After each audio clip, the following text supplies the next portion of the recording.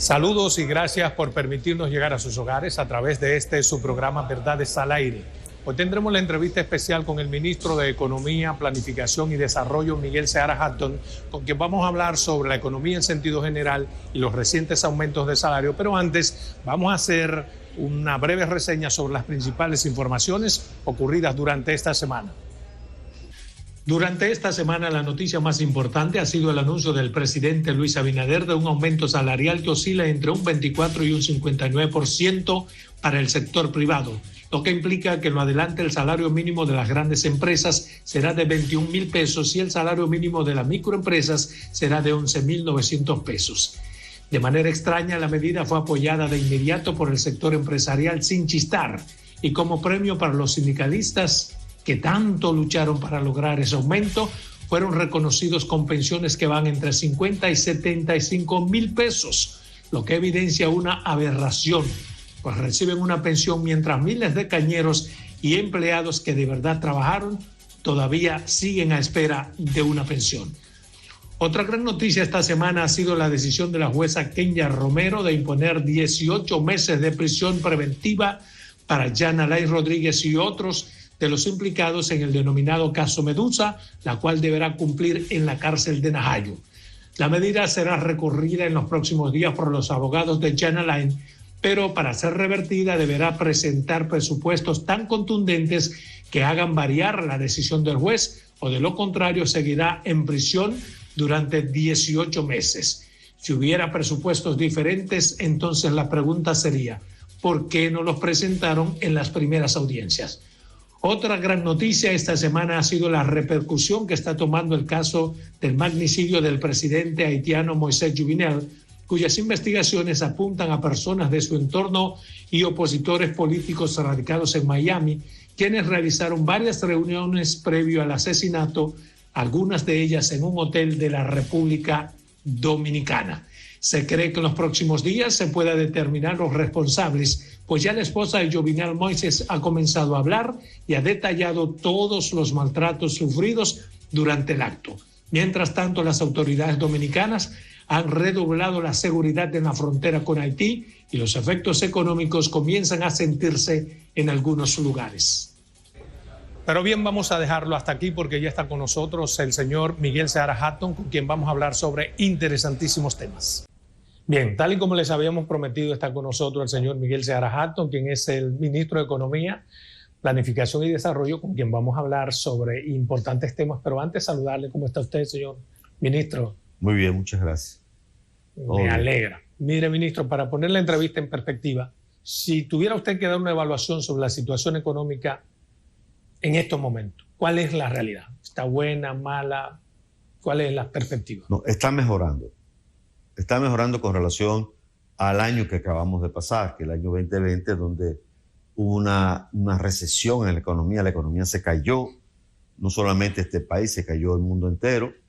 La caída a nivel mundial fue del orden del 4%, aquí tuvimos una caída del orden del 6.7% del PIB, una caída que nunca habíamos registrado. ¿Qué tanto ha mejorado? Mira, ya estamos en un número positivo en términos de crecimiento. El promedio de los últimos 12 meses ya es positivo. Era positivo desde el mes más o menos de mayo, con relación de mayo a mayo. Eso fue mejorando.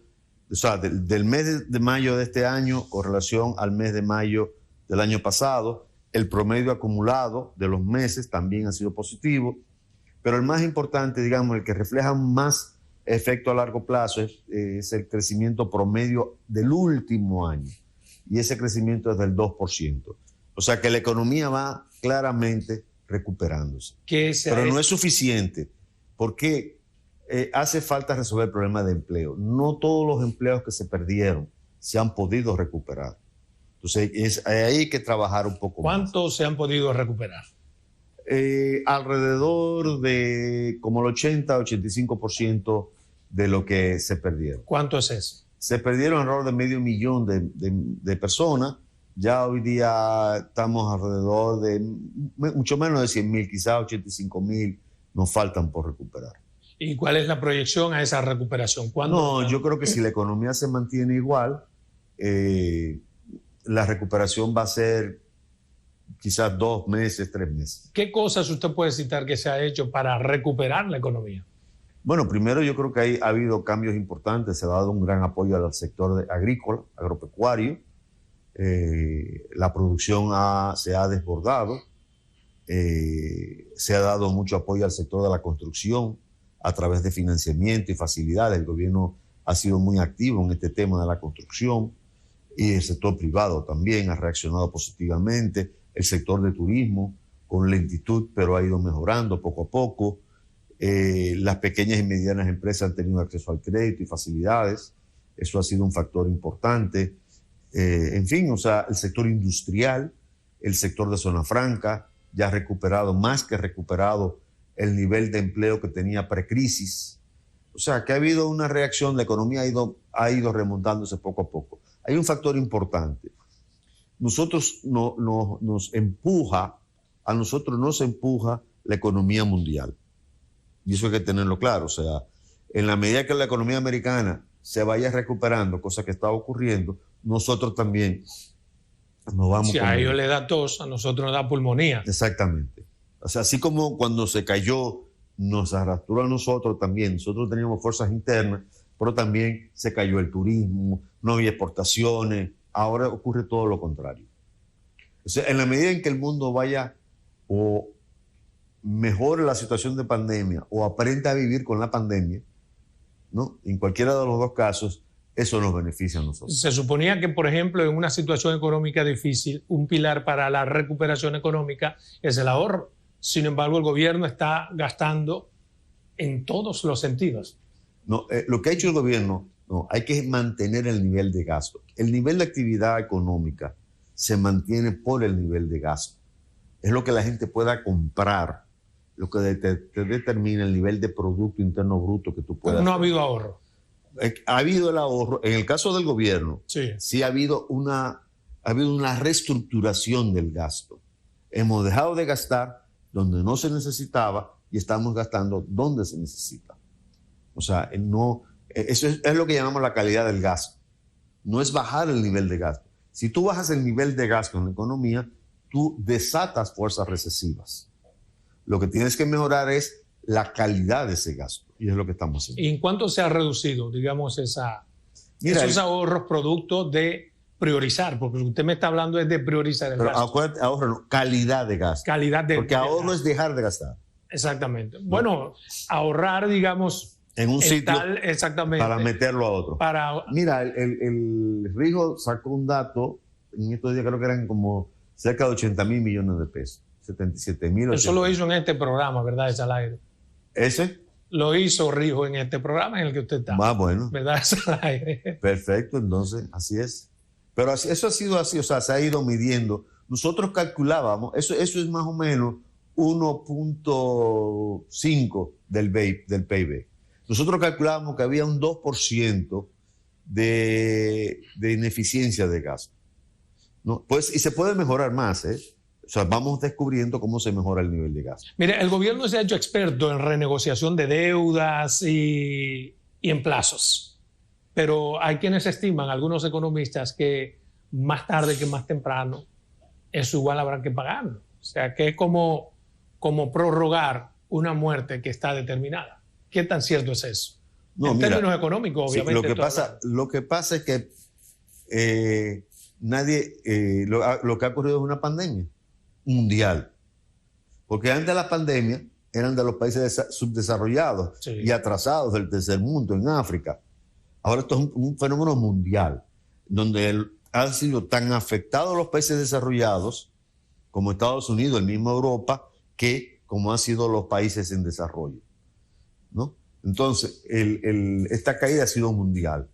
Ha habido una disminución de los ingresos y un aumento de los gastos. El déficit público ha sido positivo, el déficit público ha afectado al 95% de los países del mundo, tanto en 2021 como en el 2022. Y a más del 60% ha sido un déficit por encima del 5%, o sea, de un saldo negativo del 5%, peor que ese número. Pero se ha aumentado el déficit fiscal. En algún momento eso no se traducirá en un endeudamiento inmanejable. Claro, No, espérate, porque ¿qué ocurre? Suponte tú que mañana todos los países decidan, vamos a bajar el nivel de gasto para controlar el déficit. La depresión que tendría el mundo sería probablemente el doble de la que tuvimos en el 2021. En el 2020, perdón. Entonces, el nivel de gasto tiene que sostenerse. Y es lo que está haciendo Estados Unidos. Estados Unidos va a tener un déficit de 15% del PIB. Europa igual. Todos los países del mundo están teniendo déficit. Y eso implica más deuda, ¿no? Entonces, es la única alternativa. El otro punto importante con relación a la deuda es que la deuda no tiene solución en un solo país. No tiene solución en un solo país. Primero hay que reconocer que hay un problema de deuda. Sí, sí lo hay. ¿Ok? Grave. Es un problema, no te diría que grave, pero sí es un problema que afecta al mundo entero. Entonces, al afectar al mundo entero, el concepto de gravedad cambió. Sí, pero respecto a nosotros, pues si lo vemos en el mundo entero, bueno, una solución sería, como todos estamos endeudados, vamos a exonerarnos todos la deuda. No, eso no va a ser la alternativa. Respecto al país. No, es que no puede haber una solución en un solo país. Esto no es la crisis del 80. En la crisis del 80 fue un problema de América Latina. Entonces hubo que afrontarlo en América Latina y se produjo un ajuste de tal magnitud en América Latina para pagar la deuda que te provocó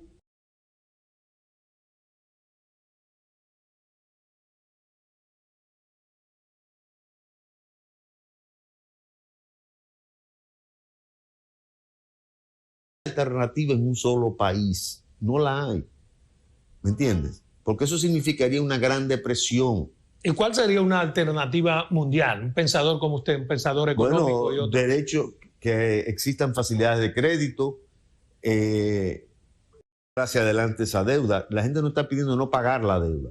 Este gobierno no quiere pagar su deuda, pero requiere de extender el periodo. Tú no puedes en depresión, en una situación apenas recuperándote de la depresión del año pasado, de la caída del producto del año pasado, tú no puedes pretender que nos metamos inmediatamente en una reforma fiscal. Esa alternativa mundial depende de los países grandes, digamos, y del G20 y del G7. Exactamente. ¿Cómo se ha planteado eso? Fíjate que el G7, el tema de discusión que había, no era si le ponían un impuesto a las empresas grandes, sino si era un 20 o un 15. Esa era la discusión, ¿no? Entonces, el G20 igual ha habido un ambiente favorable a buscar un relajamiento en las condiciones crediticias. Por ejemplo, los derechos especiales de giro, los préstamos que da el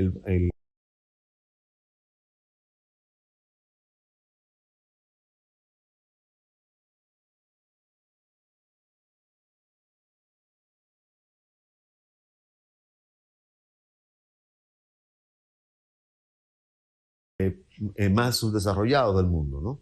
¿Entramos nosotros en esa posibilidad No. de que nos exoneren algo? No, exoneración no, pero sí facilidades de reperfilar la deuda. Es decir, plazos más largos, tasas de interés más bajas. Mire, ¿y cómo que se ha logrado reducir el endeudamiento en 37.900 millones en medio de la situación actual? Sí.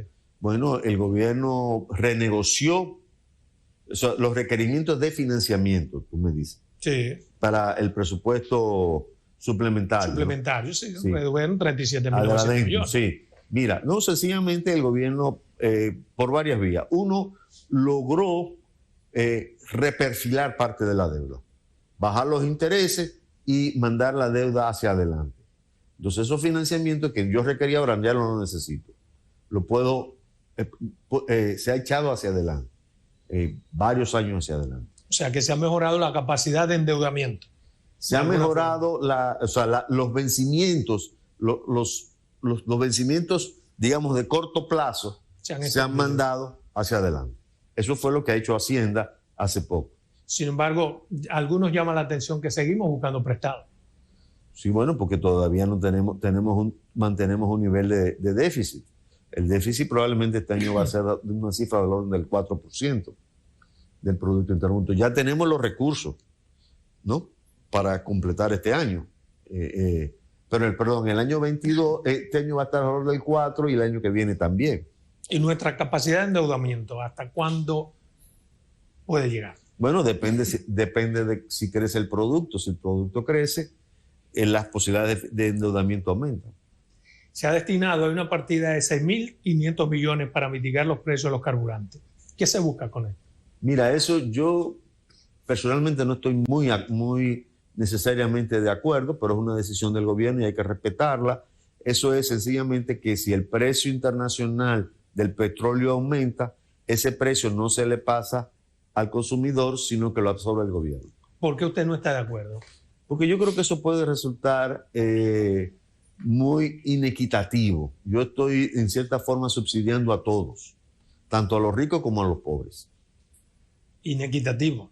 Es inequitativo. ¿Y cuál otra propuesta usted haría? Yo hubiese hecho más focalización, pero ya es una decisión del gobierno, es una situación semanal que se presenta, ¿no? Yo respaldo la decisión, pero hubiese preferido algo más focalizado. Pero es muy difícil hacerlo de una semana a otra. Si hubiera que focalizar, porque uno de los problemas que tenemos en el país es precisamente que hay sectores que hay que subsidiar y debe ser focalizado. Así es. ¿Cuáles son esos sectores que usted cree que realmente debemos subsidiar de forma focalizada? Los 2 quintiles más pobres del país. Hay 5 quintiles, los que son más pobres. ¿Cuáles son esos? No, o sea, tú divides la población en un 20%, en 5 o 20%, que te da 100, ¿no? Sí. Entonces, los 2 que están más bajo nivel, esos son los sectores que hay que apoyar.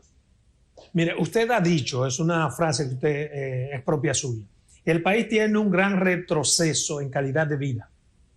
¿Qué se ha hecho desde el Ministerio de Economía para revertir eso que usted ha dicho? Son palabras suyas. Sí, yo creo que se está haciendo muchísimo en términos, por ejemplo, no solamente el Ministerio de Economía, porque nosotros no somos ejecutores de políticas específicas, ¿no? Pero, por ejemplo, en el tema de agua se ha ido avanzando bastante.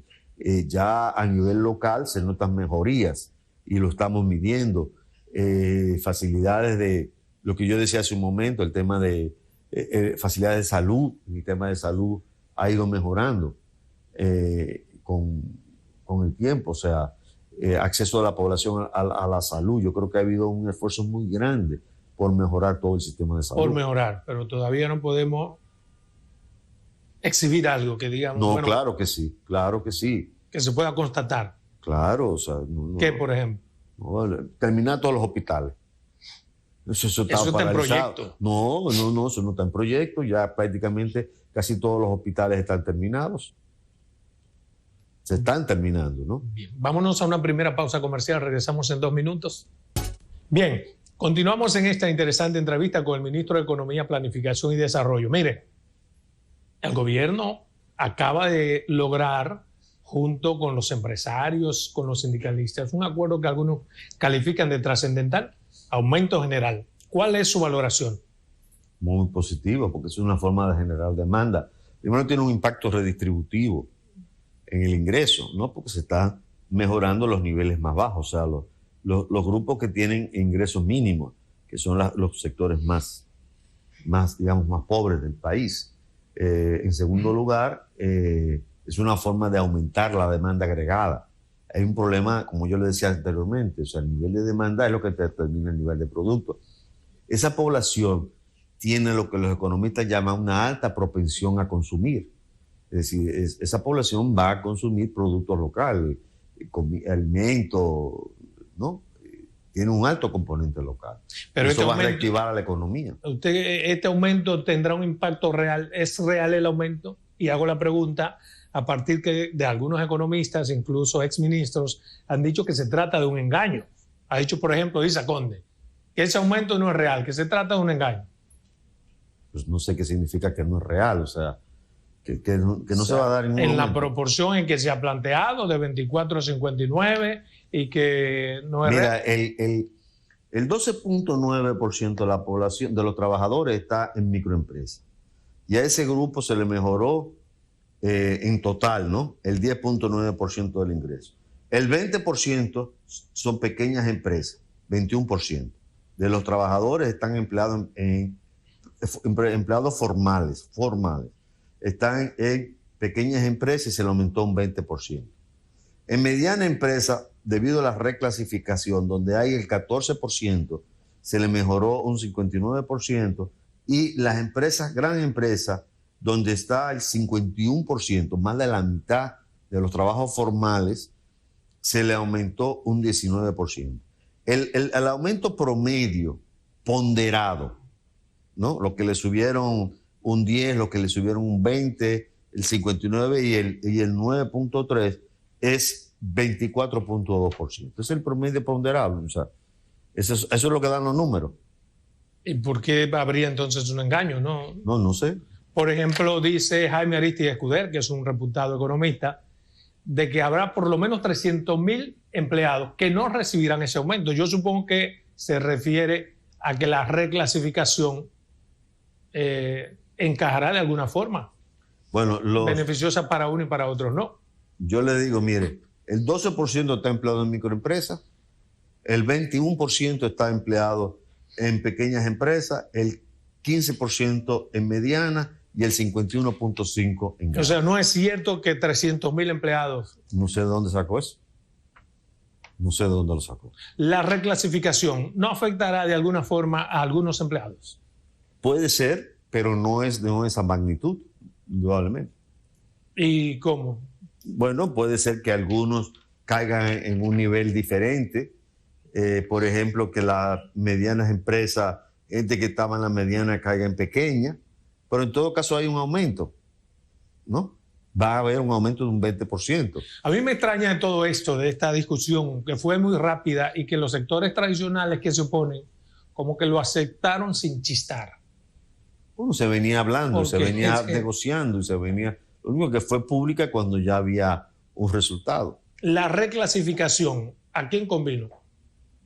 Yo creo que la reclasificación es el resultado natural de que la economía dominicana evoluciona. O sea, ninguna clasificación está escrita en piedra, porque los tamaños evolucionan, ¿no? Sencillamente era el resultado, era una demanda que se tenía hace mucho tiempo y sobre todo va a beneficiar a las pequeñas empresas, ¿no? Pequeñas y medianas empresas es la que más va. O sea, que usted entiende correcto la forma en que se hizo esa reclasificación de las empresas. Sí, porque eso se ha venido discutiendo hace mucho tiempo. Sí, yo le pregunto porque había uno de los sectores de las patas de la mesa, sector sindical, meses atrás, era renuente a esa reclasificación porque iba a ser perjudicial sobre todo para las grandes mayorías. De repente vemos que yo ellos aceptaron. O sea, no le di seguimiento a la negociación en sí. Y no sé cuáles eran las posiciones que cada sector tenía. Pero indudablemente había un acuerdo y todo el mundo está de acuerdo. O sea, a nadie se le puso una pistola para que dijera o hiciera tal o cual cosa. Y creo que fue un proceso de negociación que hizo digamos de arbitraje que hizo el Ministerio de Trabajo muy eficientemente y logró esos resultados. Bueno, mire, según la CEPAL, la economía dominicana crecerá un 7,1%. Esos son los datos de la CEPAL. ¿Cuáles son los datos del gobierno? Más o menos. Aquí hay varios modelos. Eso se proyecta a través de modelos. Hay unos modelos que nos dan hasta 11%. Pero siendo conservador, más de 7%. Más de 7. Poquito más de 7. Siendo conservador, probablemente nos sorprendemos y crecemos a 8, ¿no? Y ojalá. Pero tú tienes modelos que te dan diferentes tasas entre 7 y 11%. Mire, hay quienes entienden que ese aumento salarial reciente en el sector privado necesaria e indefectiblemente obligaría a que se plantee un aumento en el sector público porque compran los dos en el mismo supermercado y haberle aumentado a uno y al otro no provoca un desequilibrio. ¿Hay condiciones para un aumento general en el sector público? ¿Se está contemplando esa posibilidad? No se está discutiendo en ese momento, porque eso tendría que venir junto con una reforma fiscal por los ingresos, por la parte de ingresos, ¿no? O sea, ya prácticamente los ingresos están comprometidos, está el tema de seguridad ciudadana, el tema de mejorar los hospitales, el régimen de salud. O sea, hay varios compromisos claramente establecidos ya para lo que sería... Entonces continúa la desigualdad en ese sentido. Bueno, podría mantenerse si cuando se haga la reforma fiscal ya ahí habría más recursos. Cuando se haga. Por ahora no. Por ahora no está previsto. Bueno, es otro dato de la CEPAL que tengo aquí. Un aumento salarial provocaría impacto en el PIB. Sí. ¿qué tanto impacto provocaría? Y supongo que si el aumento hubiese abarcado también al sector público, hubiera sido más alto. Sí, claro. ¿Qué tanto? No, eso es demanda, como yo te decía anteriormente. El salario es demanda directa en la economía. El componente importado es muy bajo, ¿no? Es básicamente bienes de consumo. Y eso de bienes de consumo significa que hay más mercado para vender todo tipo de productos. El comercio se va a mejorar, la industria van a poder vender más, la agricultura igual, etc. ¿Los aprestos para la nueva reforma fiscal o para la posible reforma fiscal están suspendidos? No, yo entiendo que se ha estado trabajando permanentemente, pero a quien le toca decir el momento oportuno es al presidente de la República, que diga cuándo es el momento político y que la situación económica está más robusta, ¿no? Y se sienta... Sí. Mire, la situación económica, social, de salud ha provocado muchos temas a la vez. Por ejemplo, y ha despertado muchos intereses. Hay sectores de la sociedad que están pidiendo que sea el gobierno central quien asuma el control de las ARS y que haya un solo sistema de pensiones. Bueno, pero eso implicaría una reforma de la ley de seguridad social. Puede ser una opción que se discuta. Pero ¿a usted no le parece justo que en vez de que esas ARS se estén ganando 6, 7 mil millones, el gobierno central sea que maneje esos fondos y se gane también? Yo creo que tiene una función la ARS, lo único que hay que regularlas más. ¿Hay que? Regularlas más. Regularlas más. Sí, o sea, garantizar que se cumpla la ley, que se cumpla, que haya mayor control sobre el funcionamiento. Reducirle las ganancias, ¿no? Puede ser, ¿no? Si es legítima, no, pero puede ser algún mecanismo que garantizar que le llegue más a la población. No, la ganancia es legítima, pero reducírsela también legítimamente. O sea, la 8701 en el 2001 le dio ciertas facilidades que ahora la realidad implica otra cosa, podremos reducirla. Es probable. Eso es parte de una negociación. Mire, el Ministerio Público tiene una responsabilidad en el tema territorial. ¿Qué están haciendo ustedes en esa? El Ministerio Público, el Ministerio de Economía. El Ministerio de Economía. Me fui a Jean Alain, perdónenme. Si no, mira, el territorio, el Ministerio de Economía es el órgano rector del territorio y estamos trabajando intensamente tanto en la Ley de Ordenamiento Territorial, que ya está en el Congreso y se está avanzando en ese sentido, pero también estamos trabajando en todo lo que son los consejos de desarrollo a nivel provincial y municipal. ¿Y qué es lo que se busca básicamente con eso? Mira, el objetivo de nosotros es llevar el desarrollo a donde vive la gente. O sea, la visión tradicional de la economía es que si tú vives en Montecristi y te va mal, vete a Mao. Si vives en Mao y te va mal, vete a Santiago. Si en Santiago también te va mal, te vas a la capital. Y si en la capital te va mal, te vas para Nueva York. ¿Me entiendes? Entonces es una política, esa era la visión tradicional. Nosotros lo que estamos tratando es de crear las oportunidades donde reside la gente. En este caso, si vives en Montecristi, bueno, estamos tratando de fortalecer toda la inversión. Por ejemplo, yo soy de Pedernales. ¿Qué ustedes harán para que mi gente se quede allá? No tenga que venir a fuñir para acá. Bueno, Pedernales ahora mismo está siendo objeto de una gran intervención pública en materia de rediseño, de promoción de la actividad turística. Se están mejorando las vías. Pero bueno, que eso llega, la gente come. Sí, bueno, pero es un proyecto de desarrollo a mediano y largo plazo, que debe empezar por el corto plazo y está empezando, ¿no? Entonces la intención que hay es convertir a toda la zona de Cabo Rojo en Pedernales en una zona de desarrollo turístico. Y esa ley territorial, esos aprestos que ustedes están logrando, ¿cuándo podría materializarse?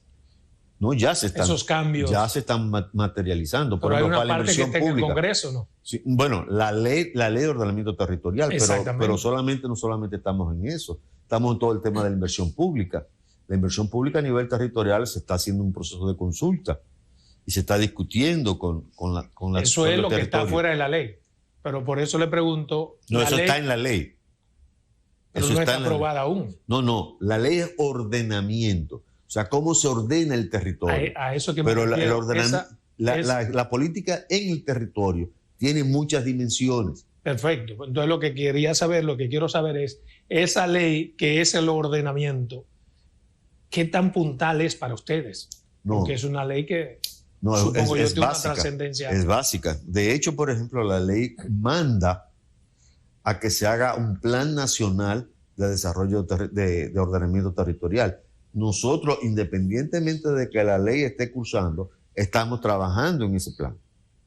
Para tan pronto la ley lo apruebe formalmente, nosotros sacamos el documento para la discusión pública, ¿no? Tan pronto como la ley sea aprobada, para que sea una cosa rápida, ¿me entiendes? Y entonces eso se está haciendo en estos momentos. Pero no solamente es el ordenamiento territorial, sino relevar la importancia del territorio, que era invisible, absolutamente invisible en las políticas públicas de la República Dominicana.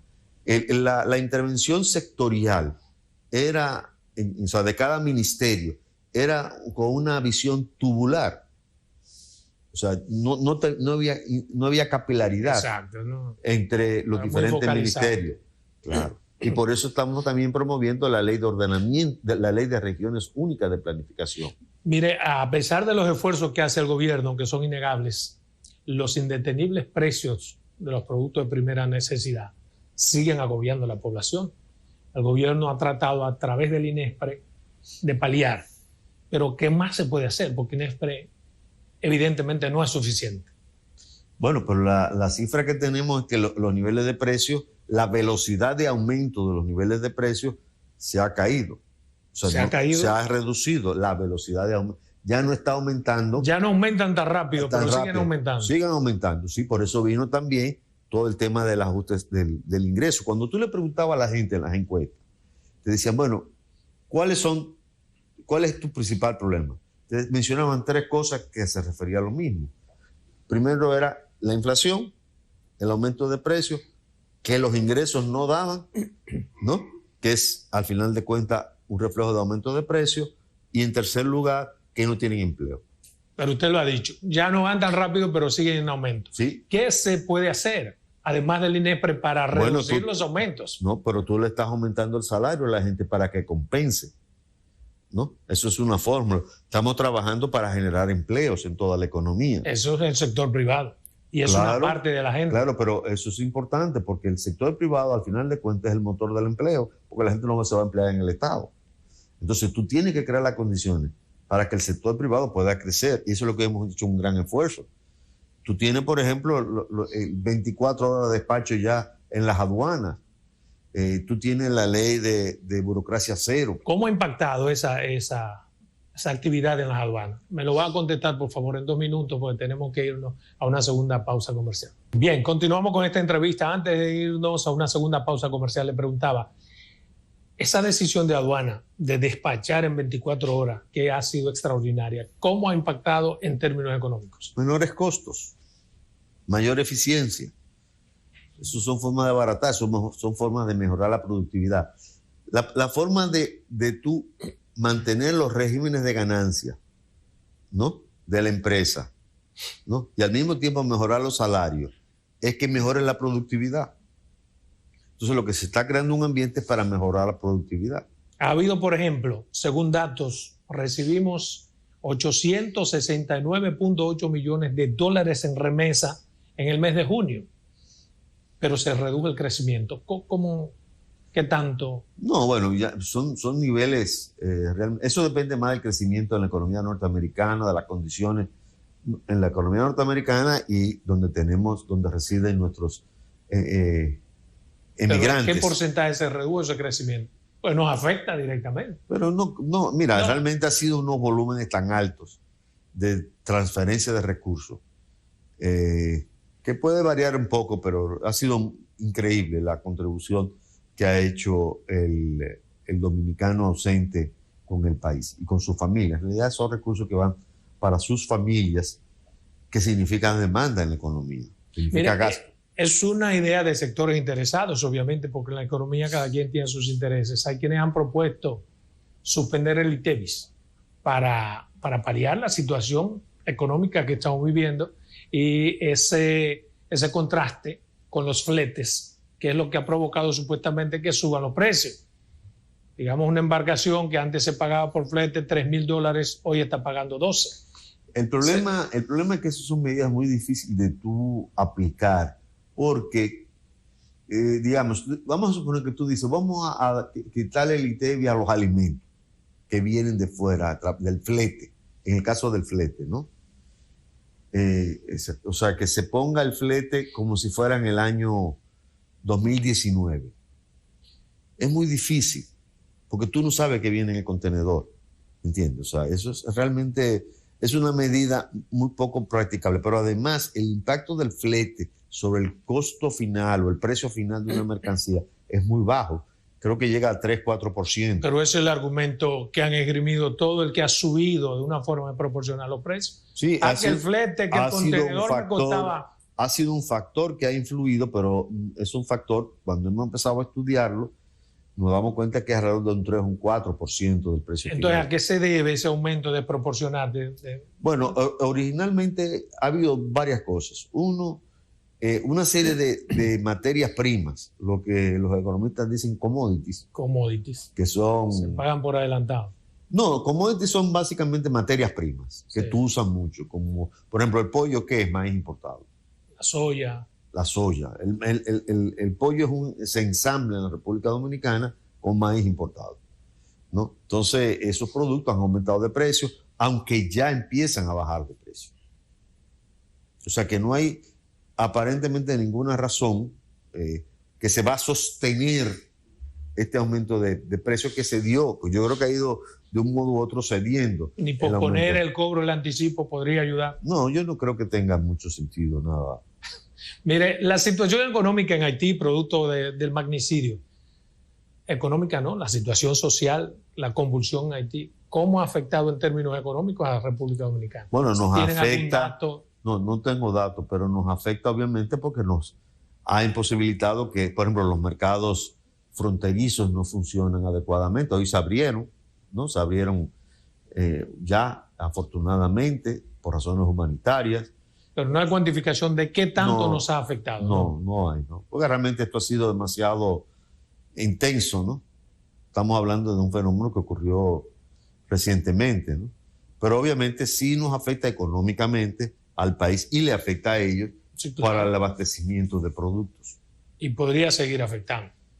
Yo creo que hay que mantener abierto en ese sentido los mercados. Eso puede facilitarle más la vida a ellos y a nosotros. Mire, según los datos del Ministerio de Economía, ¿cuál es el valor real de la canasta familiar hoy en día en República Dominicana? Bueno, ese dato lo da el Banco Central. Sí, pero ustedes comparten los datos. Sí, o sea, pero es un dato que calcula el banco, y como 30 y tantos mil pesos. Yo no recuerdo ahora mismo el número exacto. 37 era la última vez. El promedio. El valor promedio. Hace 6 meses yo tenía el dato del Banco Central, era 37.000. Sí, yo no me acuerdo ahora cuánto es. No lo he revisado. Le hice la pregunta porque hay un obvio desequilibrio entre el salario, pero como se ha hecho un aumento de salario, eso tiende como a tratar de alcanzar un poco más la canasta familiar. Sí, sobre todo a los quintiles más bajos. A los 2 quintiles más bajos. Esa es la idea, pero no recuerdo ahora el número. Bueno. Entonces, me gustaría saber, ya saliendo del tema eminentemente económico, porque hay cosas que son lo que han incidido directamente en la economía, que es la inversión en salud, en las vacunas. ¿Cuál es el monto hasta este momento que se ha hecho en las vacunas? La cifra que he escuchado son alrededor de 30.000 millones. 30.000 millones. 30.000 millones de pesos. Exactamente.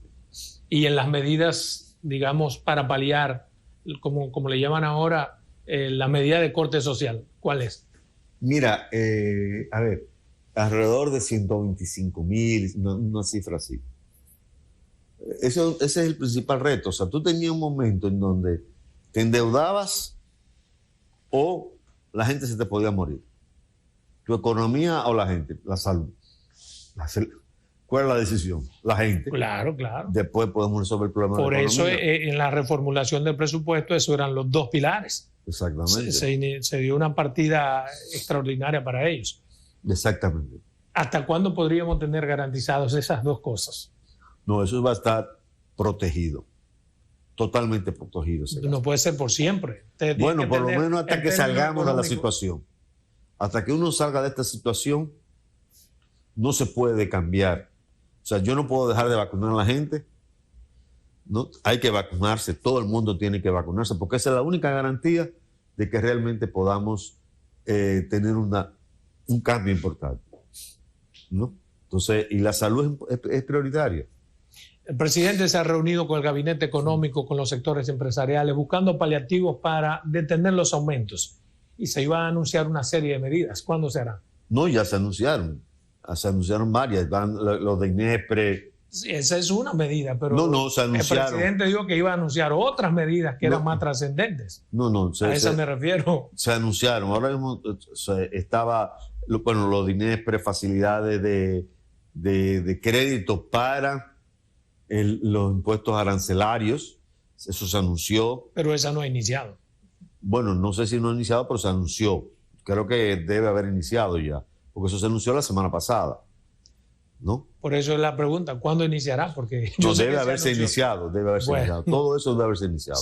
Se anunció, por ejemplo, que habrá un descuento para el precio del cemento, para la construcción, pero solamente para la construcción pública. Para el plan de vivienda feliz. Sí. ¿Y qué tanto efecto tiene el que haya un descuento para el precio del cemento solamente para la construcción que hace el Estado? Ese es el sector que más lo necesita, porque es un sector, eso es una construcción que se hace subsidiada completamente para la población más pobre. Pero lo necesito yo también, que estoy construyendo y necesito que me baje el cemento. Bueno, sí, está bien, pero tú tienes más capacidad adquisitiva que una persona que sea del primer quintil. Porque cuando le digo yo, del cuarto, del quinto. Yo le digo, cuando le digo yo, me pongo en lugar de cualquier dominicano. Porque si se va a reducir solamente para el plan de vivienda feliz, significa que cualquier dominicano no podrá comprar cemento con los precios bajos. Bueno, solamente los que sean más pobres. Ese grupo. ¿Y cómo va a determinar? Cuando yo vaya a la ferretería, quiero 5 fundas de cemento. La construcción la está haciendo el mismo Estado. O sea, son construcciones que está haciendo el mismo Estado. Tú clasificas por el SUBEN. Si tú estás en el SUBEN, tú clasificas, ¿no? Estás en los 2 quintiles más bajos. O en el quintil número 1, el más bajo, ¿no? Y eso te da acceso a ese financiamiento, a esa vivienda. Bueno, ok, eso solamente para el Estado. A mí me parece que es desigual porque cualquiera debería poder. No, porque esa es una vivienda de 40 o 50 metros cuadrados. Repito, o es una vivienda social o una vivienda de bajo costo. La vivienda básicamente en este caso son programas de vivienda social. Son viviendas que construye el Estado para la población más pobre. Por eso yo entendía que si el Estado, además de subsidiar, bajando los precios de la funda de cemento a los que construyen para el Estado, si además de eso también lo ponen para que cualquiera pueda comprar un cemento más barato, supongo que redituaba mejor para la sociedad en términos generales. Bueno, pero alguien tiene que pagar la diferencia. Alguien tiene que pagar. O sea, como quiera la vamos a pagar. Y la va a pagar los fondos del Estado con más impuestos. Otra cosa que hay que pagar. Por ejemplo, tenemos un pleito pendiente en el Congreso Nacional respecto de las exigencias para que el 30% de los dineros, de los cuartos que tiene la gente en su AFP le sea devuelto. Usted no favorece eso. En términos económicos, ustedes han hecho un estudio de qué tan factible es, por ejemplo, darle a una gente 30% de lo que es suyo versus prestarle a través de una MIPYME. Mira, realmente eso sería cargar a la población trabajadora del costo de la crisis, porque sería acabar los ahorros de esa persona. ¿Me entiendes? O sea, yo le estoy quitando los ahorros para que resuelva el problema de la crisis. Entonces, entendemos que no, que realmente debemos recurrir a otros recursos para poder afrontar el problema de la crisis. Pero si son recursos propios, ¿por qué no darle a la gente lo que le pertenece? Mira, yo creo que, en primer lugar, suponte que yo salgo a ver, ese dinero no está invertido. Eso es lo primero. Está invertido. Es decir, no es líquido. Pero tiene dueño. Sí, pero no está líquido. Entonces yo tengo que convertir ese dinero en dinero líquido. Y de pronto tendría que salir a vender una serie de activos financieros que entraría al mercado y que se devaluaría el valor de ese activo financiero. O sea, de un bono, de bono de Hacienda o de un certificado del Banco Central o de cualquier otra institución. Entonces eso implicaría que yo salgo a vender al mercado y así como cuando hay muchos zapatos, baja el precio de los zapatos, cuando yo de pronto intervengo en el mercado y vendo muchos bonos o tengo una oferta grande de bonos y de certificados, el precio del bono y el certificado, ¿qué le pasaría?